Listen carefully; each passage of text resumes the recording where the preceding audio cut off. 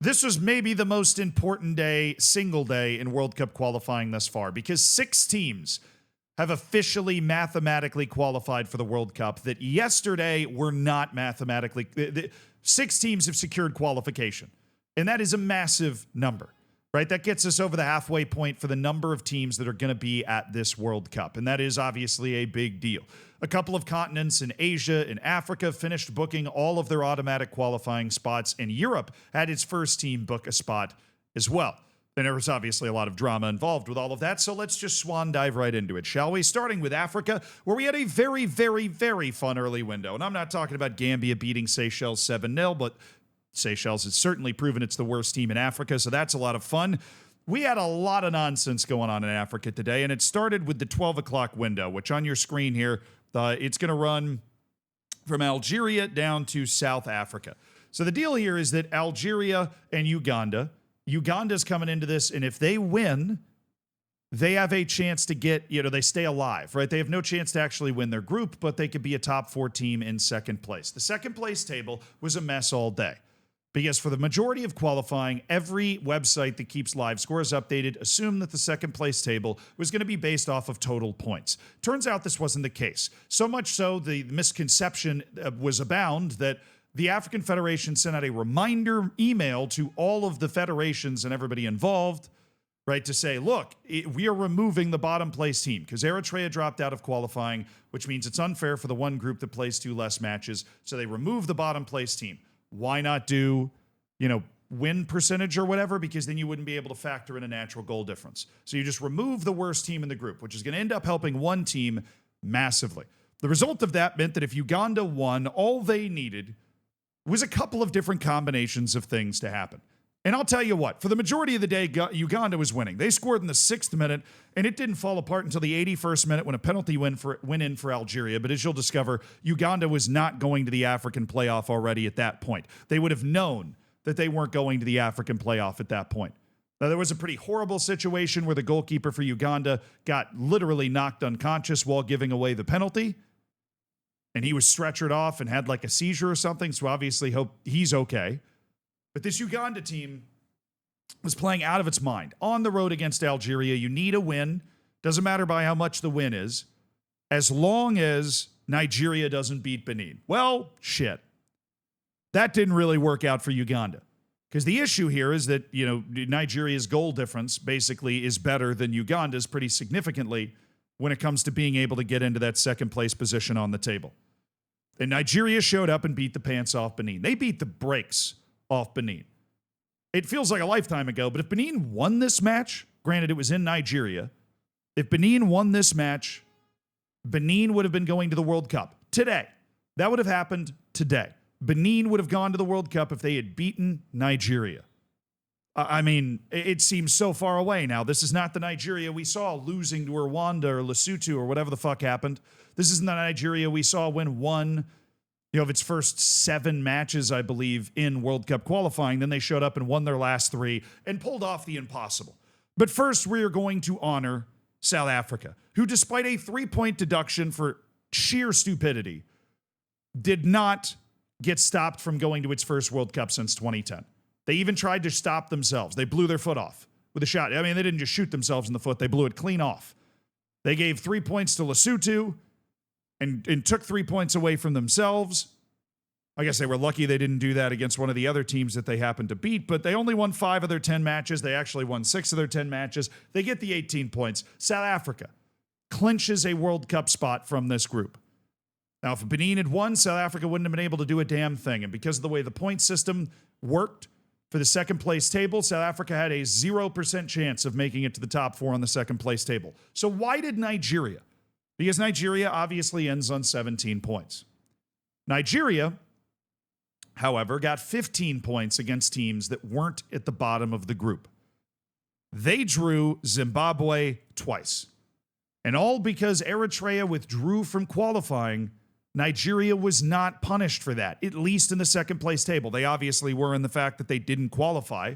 South Africa was very lucky that Nigeria underperformed for a very long time in this group, because South Africa's 3-point deduction would have been more than enough to ruin their campaign. But they deservingly go through Benin goes from we win, we go to the World Cup to completely out.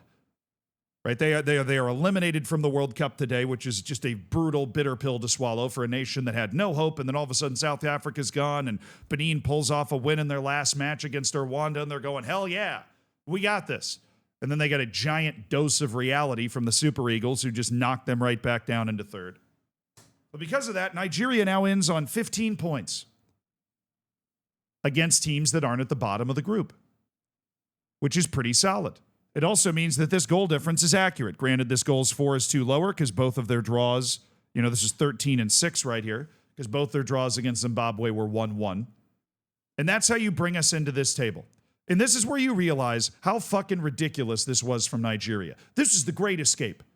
Nigeria 3 matches ago had 1 win from 7.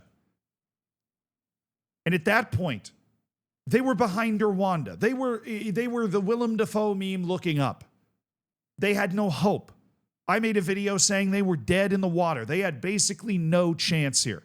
Of course, I made that video at the time not knowing that the second place table was the way that it was. I, along with everybody else, didn't get the memo, literally, from the African Federation that they were removing the last place game because of Eritrea. And that was the first lifeline for Nigeria, because it was virtually mathematically impossible for all of the other teams to lose that needed to lose, where even if Nigeria happened to get into second with 2 wins in the last window, there's no way they were going to have enough points to get over these other teams. A good example is the team that Nigeria finished ahead of by 1 goal difference. Burkina Faso. Burkina Faso got 21 points in its group. Naturally, as you normally fucking do, they beat the worst team in the group both times they played them. And Nigeria only had 17 points. Part of it feels unfair. Right? Obviously, especially considering Nigeria shouldn't be here. They should not be here. They are arguably the most talented team on the continent. If you fuck it up this royally, you don't deserve a second chance. You really don't. The only problem is the numbers don't lie. The African Federation established this at the beginning, except nobody was listening. Nobody knew. The live score apps, me, I'm assuming a lot of the players probably at least didn't know, because all the stuff online, I was getting messages from Nigerian people today going, wait, are we in? I thought we were out. Yeah, so did everybody. You win 4 out of the 10 matches, you're not usually going to be a team that slides into the top 4 of the second place teams. Everything broke Nigeria's way. Kiss your lucky pennies. Pray to your gods. Everything. All the way down to, I'm going to blow your mind with this for a second, all the way down to Nigeria's match. Nigeria won 4-0 in a match where, again, if Benin had won, they go to the World Cup. So Benin is playing for everything, all the cards on the table. You're never going to get a better effort out of Benin. And then they score the 4th goal in the 91st minute. That 4th goal is their 13th goal right here against not bottom place teams, and pushes their goal difference to +7. If they do not score it, they have 12 goals and 6 against, a +6 with less goals for, and Burkina Faso is in this 4th place instead on goals for. That's how close this was. Nigeria had to, based off the way all of the cookies crumbled, they had to win by 4. And they won by 4. They could have also won by 3 if Benin had scored a couple of goals in that 3-point win, but that obviously didn't happen. So if Benin doesn't score, they have to win by 4. They do. It's ridiculous. I have no idea how they've managed to pull this off. Nigeria was dead. They get that stroke of luck with the African Federation having made the decision they made, which I do believe, generally speaking, is a fair decision, because normally you beat the worst team. Nigeria is just the weirdest case of all time here, because they didn't either time that they played them. To be fair, and I am all about, balancing out all of my statements with fairness. Zimbabwe is way better than a normal 3rd place team. They drew half the matches they played. They are a team that you would have expected, based off world ranking, to be ahead of Lesotho and Rwanda. They just had a terrible qualifying section. And absolutely, at the time that Nigeria was playing its matches, both of them against Zimbabwe, you would not have thought they were going to finish in last. Right? This isn't Seychelles here. just like full disclosure, it's not Seychelles. It's not, the other teams that were down at the bottom, like South Sudan, Eswatini. There's a better team than that. Not that that should matter too much. So I don't know whether this is fair or not. But at the end of the day, you decide the rules of the table. You decide how the qualifying is going to fucking go. And the African Federation did that at a very early point. Everybody just forgot or never registered it. And this is how the table ended up. So spare a thought for Burkina Faso. They also, you want to know how close this was times two, Burkina Faso kind of have themselves to blame here. Because in their match, which was a couple of days ago, so they were waiting to see what was up, they were up big on Ethiopia. 1, 2, 3, they gave up a goal. They didn't score until the second half, but they conceded to Ethiopia. Of course, if they don't concede that, they have a +7 goal difference. And we end up with it goes down to fair play, I guess. I mean, I don't know. Right, but they can look at themselves in the mirror, too, and say, well, maybe we could have. I mean, after 3 years, the qualifying cycle is a 3-year process. You're not playing the whole time, but this has been over a year that they've been playing in these groups in Africa. It comes down to 1 goal in the 91st minute for Nigeria, and I have no idea fucking how they're alive. South Africa wins the group. Benin is out. Right, these other teams were settled. Cameroon was already settled as in, unless Uganda won by 1 billion goals, which wasn't going to happen. So Cameroon's happy they're there. Gabon was already settled as in as well. The thing for Gabon is that they actually had a chance to go to the World Cup. That chance evaporated because they needed Ivory Coast to do something that they have not done this entire tournament. Well, concede a goal. They didn't need them to do that. They just needed Ivory Coast to not score against Kenya. A 0-0 draw and a win for Gabon actually would have been enough. That didn't happen. Ivory Coast jumped out to an early lead and then polished it off in the second half with incredible aplomb. And then for, insult to injury here, you had Gabon struggle with Burundi for a while before they found a couple of goals late. And what a run.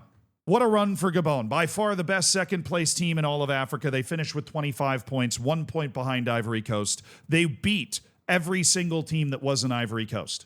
They lost and draw to Ivory Coast. Ivory Coast had a draw. I think it was Gambia. I can't remember. And obviously drew Gabon 0-0. But look at this. I mean, 25 goals, none conceded. Ivory Coast had maybe one of the best qualifying campaigns you will ever see. Like Japan and Ivory Coast this year just standing out like you wouldn't believe. Europe obviously could have a few teams as well. We'll see how that wraps up. But this was a ridiculous campaign by Ivory Coast. They've missed the last 2 World Cups, and what a way to get themselves back there. You feel bad for Gabon because they really played well enough to do it. Then there was Senegal. They won 4-0 against Mauritania. If Senegal had lost here, they would have been in trouble. They obviously didn't lose. The draw would have been enough. A 4-0 win is very convincing, and Senegal heads to its 3rd straight World Cup. So incredibly happy for the Senegalese. They've got their golden generation humming along.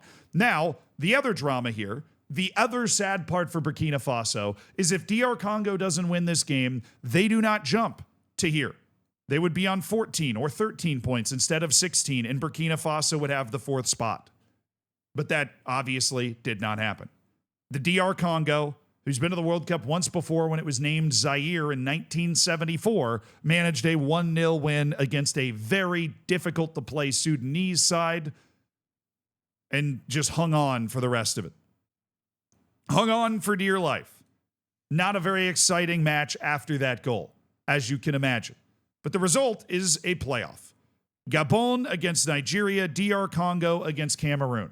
Single match, neutral site in Morocco. The final is also a single match. This all happens in the November window, and the winner of those 4 teams will go to the FIFA playoff, the Intercontinental playoff. There'll be one of the 6 teams going there to battle for the final 2 spots. I love this part of qualifying because you string these national teams on forever, allow them to hang on to a little sliver of hope. Nigeria will be liking their chances because they're playing with house money. They should be dead. Cameroon ran into that Cape Verdean buzzsaw, so that's how they ended up here. DR Congo, and then Gabon, the only team here that's never been to a World Cup, that honestly, based off the way they played in qualifying, should be the fucking favorite. But of course, Nigeria and Cameroon have a different level of talent. I mean, Gabon's kind of discredited, right? Aubameyang will be back for that match, I believe, because he was suspended for this match against Burundi, but that's a good time to serve your suspension when they could have lost this match by 1 billion, and they would still be where they are on this table right now. That was all one day. 3 World Cup spots. South Africa, Ivory Coast, both were not at the last 2, at least. They're both going back to the World Cup, and Senegal is joining them. You've got Nigeria, DR Congo joining Cameroon and Gabon as the 4 teams there. We feel terrible for Burkina Faso, and honestly, spare a thought for Niger as well. They had 15 points too. They got to be sitting there thinking, damn, if I could have taken a single freaking point out of that one match that we happened to lose. What was that match for them? Because they lost to Morocco twice, but I'm trying to figure out what Niger's other loss was. They ended on 3 straight wins to come out of absolutely nowhere. It looks like it was a long time ago. It was Tanzania, bro. They lost to Tanzania at home. If that had been a draw, Niger would have kept Nigeria out of the World Cup. That's what they get for adding that IA at the end. Ridiculous fantasy world here. But let's head on to Asia. Asia had a couple of wild matches to go where if you won the match, you went to the World Cup. And Qatar won, which means Qatar is now legitimately qualified for a World Cup for the first time in its history. Which obviously this is a matchup of like the passport bros here. These are 2 very weird, interesting countries from the perspective of most other countries. The United Arab Emirates and Qatar obviously have very big money leagues that bring in a lot of foreign talent, and then a lot of that foreign talent matriculates into the national team. But then there's Akram Afif, who's like an actual Qatari superstar on the national team, and I love that guy. There was a lot of drama in this match, so let's get to it. I actually have some visuals pulled for you. The coach of Qatar, Julian Lopetegui, taking a ball straight to the dome, at which point he goes down for a lot of time. I'm showing you this just to remind you that Julian Lopetegui is the coach of the team. And then there's this. Qatar took a 2-goal lead in the 74th minute. Both the center backs, Kuki and Pedro Miguel, scoring goals. And then that started a scuffle. So don't ever say they don't care. The Qatar, obviously, it is a different experience, right? When I'm watching the U.S. national team, I'm watching dudes with ties to the U.S., generally speaking, right? It's not somebody that came to MLS to play for 6 years. If you're watching the English national team, you don't have a lot of people that just moved to England for 5 years and then nationalized into the national team, right? So it feels like it would be a disconnecting experience. But there is still a lot of pride on the line. And the Qatari national team scores the 2nd goal. Again, this is a match that if you win, you go to the World Cup. Pretty freaking simple. A draw in this case is actually good enough for the UAE to go to the World Cup. And the UAE, in the previous round, played Qatar twice and beat them both times. So they had to be feeling good about their chances. But Pedro Miguel scores, and now it's 2-0. The Emirati fans come out of the stands to start brawling with the Qatari players. They celebrate in front of the Emirati fans, and they start brawling. I mean, obviously, it's never okay to come onto the field and start beating people up, but it is also nice on the flip side of that coin to see how much the Emirati fans care. Because there is always the question of this disassociation, the hired fans in Qatar or whatever, that make you feel like the game is plastic. What makes the game not plastic? Passion. So at least there is some of that going on here. The Emirati fans getting in a tussle with the Qatari players as they celebrated. And I'll be damned if they didn't almost come back. Because Qatar got an 89th minute red card. They slapped on 15 minutes of stoppage time. Halfway through, the UAE scored. So for the last 7-8 minutes of this match with the added time on the added time, UAE was 1 goal away and up a man. And the pressure was back on Qatar, but Qatar manages to survive that, and they are the 4th team of 6 that clinched its World Cup qualification. The other one, Saudi Arabia. Absolute fucking snoozer of a match. Saudi Arabia just needed a draw. If Iraq won, of course, Iraq's going to the World Cup. If you lose this, same as the UAE, you go to the Asian playoff. So now it'll be Iraq against the UAE in a match, in November. And then the winner of that will go to the FIFA playoff, the Intercontinental playoff afterward. But the automatic qualification was 1 goal away. Saudi Arabia had more goals for in their match. Both these teams beat Indonesia by a goal, but Saudi Arabia had more goals. They won 3-2 instead of 1-0. And so Saudi Arabia just needed a draw, and they battled their way to it. They were the better team. They obviously had a lot of the ball. Iraq will be disappointed. This was a road match for Iraq. This was being played in Saudi Arabia. So they maybe you're dealing with the crowd as well. They just couldn't get in a flow. They couldn't create any chances. And so Saudi Arabia becomes the 5th team to clinch a spot at the World Cup. And the 6th team to do it, well, that was probably one of the best qualifying teams ever, England. A team that qualifies with just religious rigor.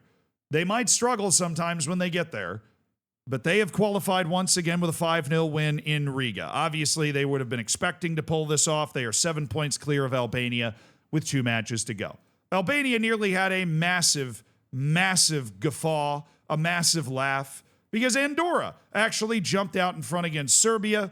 They were only in the lead for 2 minutes, but they were holding Serbia down, tied until the 54th when Dusan Vlahovic finally found the goal. Serbia desperately needed to get these points together to give themselves a chance, although they are still very likely fucked.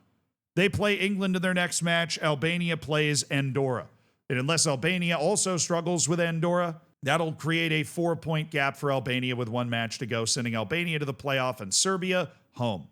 A team that pretty regularly goes to the World Cup in Serbia now all of a sudden on the outside looking in. Well, Albania's got a chance to go, I believe, for the very first time going to the playoff. Now, of course, 16 teams go to this playoff in Europe. Only 4 actually qualify, so they're throwing in with a 25% chance if you assume base odds here. England's also not conceded a goal. Congratulations to them for steamrolling everybody. Ireland keeps a faint hope alive with a 1-0 win over Armenia. This basically sinks Armenia's wild hopes of making the World Cup. They have been, beaten by the Irish after their stunning win over Ireland. They've lost to Hungary, lost to Ireland. They probably needed to draw at least one of those matches. And now we're here, where Ireland is chasing the coattails of Hungary, who they do not play next. Instead, they play Portugal. That's probably a problem because Hungary's about to play Armenia. If Hungary wins that and Portugal beats Ireland, Ireland's eliminated from the World Cup, but at least they managed to survive and pick up a win. Hell yeah. Italy beat Israel 3-0. This officially eliminates Israel from World Cup qualification, and it keeps the Italians rolling towards Norway. The issue for them, of course, is that the Norwegians steamrolled Israel earlier in this window, meaning when we look at the table, Italy and Norway are only 3 points apart, but Norway is 16 goal difference higher. And you might be thinking, well, Italy's going to play Moldova next. Maybe they can close that gap. Fuck no. Because Norway is going to be playing Estonia, the team that just drew Moldova. Do we really think that Italy is going to score 12 more goals against Moldova than Norway scores against Estonia? In which case, Italy would still need to beat Norway by 4 in the final match. No, I don't think that's going to happen. I don't think we're going to see a bottle from Italy or Norway either. Norway knows what's at stake here. They're at home against Estonia. Right? Estonia hasn't picked up a point against any team that wasn't Moldova. They beat them and then drew them. Norway wins this match, they're going to the World Cup. I feel comfortable saying that. I mean, unless they lose 10-0 to Italy, which would be an all-time collapse. The Norwegians have done enough. The Italians did not put enough goals on Israel. They needed to beat them 7-8-0. It just didn't happen. Italy is all of a sudden looking at the playoff again, and the ghosts of North Macedonia are lurking over their shoulder. Also, I forgot, and I really just want to show you this. This was Andorra's goal to take the lead against Serbia. It's a turnover in the midfield, an atrocious turnover, and then on second touch, and then he just hits it in. He just scores from half field. That was the goal from Andorra. That's how depressing it is for Serbia right now as a national team. Portugal and Hungary. This was a nice result for Hungary. Obviously, with the draw, this allows them to mathematically at least get into the playoff spot in the next match as long as they can win against Armenia. They were up in the 8th minute here and then gave up 2 goals to Cristiano Ronaldo. It's kind of Ronaldo's thing. This was the second goal. I haven't seen this either. I want to see it. I don't know why we've been given such a long replay. As you can see, tremendous marking there from the defense for Hungary. No idea what they were doing. They leave Ronaldo all alone. But a late goal. A late goal for my boy Dominik Szoboszlai. And Hungary, they're going to be pesky, dude. 91st minute. Good goal for Hungary. 5 points after 4 matches. I mean, Hungary's been toying with their food a little bit, but like I said, they go beat Armenia. They're in the playoff, and you really don't want to play Hungary in the playoff. They're a tough out. Also, Turkey, a likely playoff team that seems to be completely on fire. 3 goals in the first 35 minutes. The star boy, Kenan Yildiz, had the first one. It ends up 4-1. I thought this was going to be an interesting group where Georgia was able to put pressure on Turkey for that second spot. Obviously, Spain's going to be kind of going away, but Georgia's put no pressure on Turkey. They're basically out. They're not mathematically eliminated, but they'd have to win their last 2 matches, including against Spain, and they'd have to win them well enough to close the goal difference gap that they have to Turkey. So I just don't see that happening. I think they'll be able to, beat Bulgaria the next time that they play them. But Georgia, Kvaratskhelia, the renaissance of the Georgia national team, an appearance at the Euros, this group was ass for them. They got hammered. Spain is still not safe. They are safe on goal difference, though, so as long as Spain can avoid a defeat at Georgia, they will probably be comfortable. You would have to imagine. Now, if Spain fails to beat Georgia, Turkey would be able to close the gap, and then Spain gets the punching bag of this group, Bulgaria, who has given up 16 goals in 4 matches. I see no way that Spain goes the way of Italy and ends up squabbling in second place. I just don't think that they're going to end up in that spot. Now it's time for your Thunderdome in CONCACAF. I had to wait a little while for this, so the lighting might look different, but honestly, who gives a shit? Curacao against Trinidad and Tobago, and this, ladies and germs, is where Curacao might have fumbled the World Cup because they have now drawn Trinidad and Tobago in both matches. This leaves the door open, of course, for Trinidad and Tobago to try and make their way through. Trinidad and Tobago, of course, picked up a win against Bermuda as well, which means they're on 5 points. Curacao is now on 8, and Jamaica is, of course, on 9. Are you surprised that Jamaica was able to beat Bermuda? I'm the one telling you, and this is my jam. There are 11 competent teams, probably 10. I would say Bermuda and Nicaragua are not really on the same level as all of the other teams that have made it to this round, but Bermuda is definitely worse than Nicaragua. Great achievement for them to get here. Completely outmatched in a game, particularly on the road against Jamaica. This is a huge fumble by Curacao. They beat Jamaica. They had the lead in the league. They control their own destiny. All you need to do is beat Bermuda and Trinidad and then draw Jamaica. Just hang on for dear life, and you're going to the World Cup. But Trinidad and Tobago, not dead yet. Of course, a team that has been to one World Cup, same as Jamaica. One of the smaller nations to ever make it, actually, Trinidad and Tobago. And even though they haven't been as good in recent years, they've shown a lot of heart. They've shown a lot of fight. Curacao did have the lead for a lot of this match as well at home. So they're going to feel really salty that they didn't make the most of it and win. But they can't argue with the result because Trinidad and Tobago, turns out, was actually just better than them. They were better than them the entire match. A more experienced team, certainly playing at this level in international competition with this type of pressure. And now I'm a little worried about where Curaçao's going to land. Now, Curaçao's next match is Bermuda. Right, and if they can get a good result there, they will set up a final showdown against the team they just beat in Jamaica and that stunning result they had earlier in this window. And all hope is not lost here. Right, it is certainly not lost. Winning against Bermuda was kind of difficult. They actually went behind 2-0 and then came from behind all the way to win that match anyways, which just made their win over Jamaica even more surprising.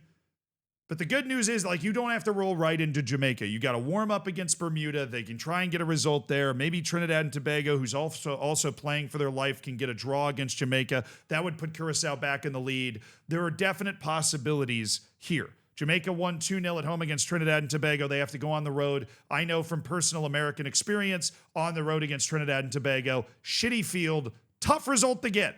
That's what kept us out of the World Cup in 2018. Right. But we got to go to the other group now. And this was the match. This was the match. Panama and Suriname. Panama is at home. This is the match Panama really has to win, right? They're tied at points at the top of the group with Suriname in the lead based off of, tiebreakers.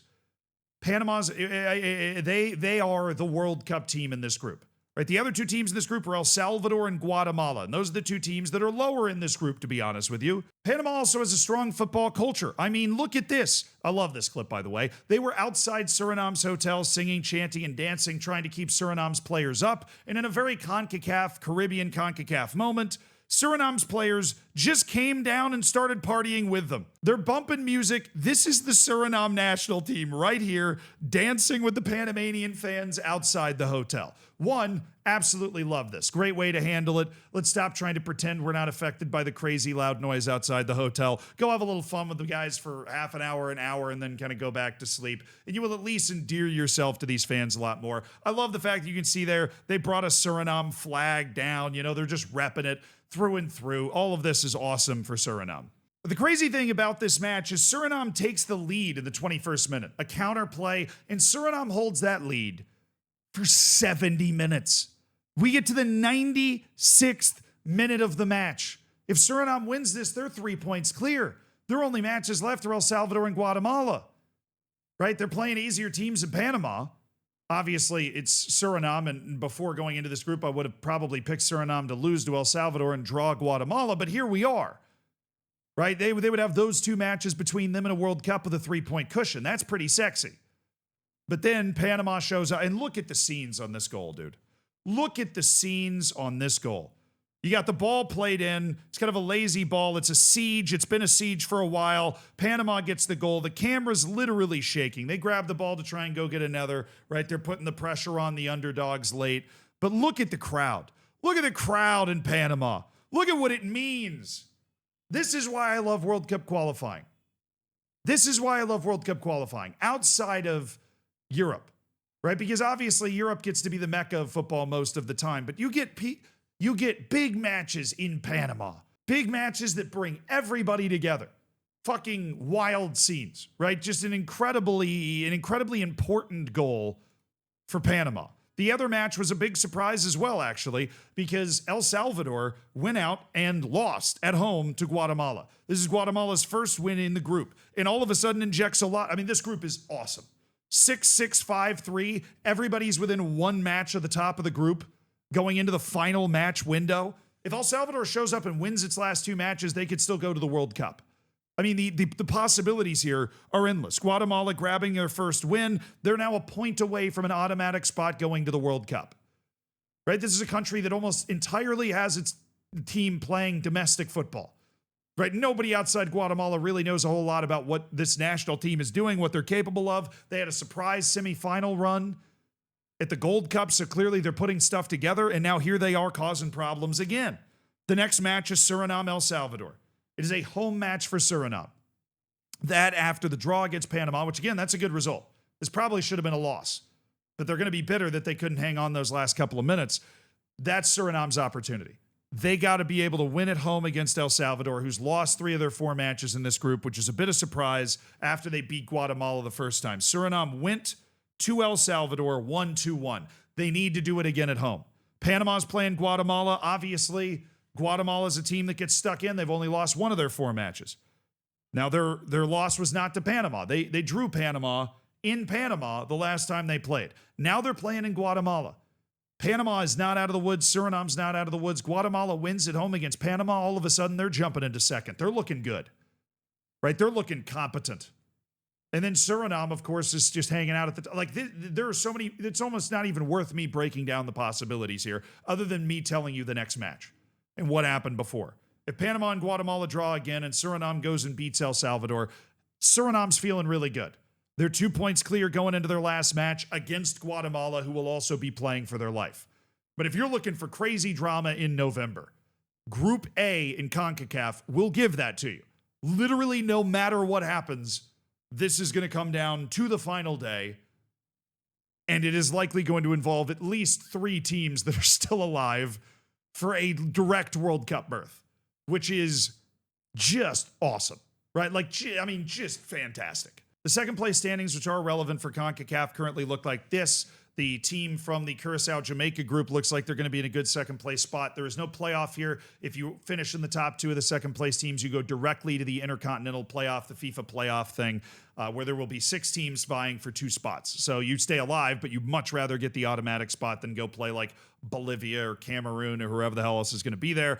Costa Rica is in the second spot on goal difference right now because what they managed to do yesterday. Panama is currently in third. Now, obviously, they're still looking ahead. They don't have to play Curacao again, and Curacao doesn't have to play them again. So there's a chance both those teams win and just create a beautiful race on the final day. We will see. right? But the second place table, obviously, if you're in the Curacao Jamaica group, you're feeling pretty good about where you're at in terms of the point totals. But now we leave it. In early November, I shall return for my international football slumber as Europe and CONCACAF close the book on their automatic qualifications. And we will finally get a clear picture, thanks to Asia and thanks to Africa and their playoff systems, of the teams that will be participating in the FIFA playoff. Can't wait.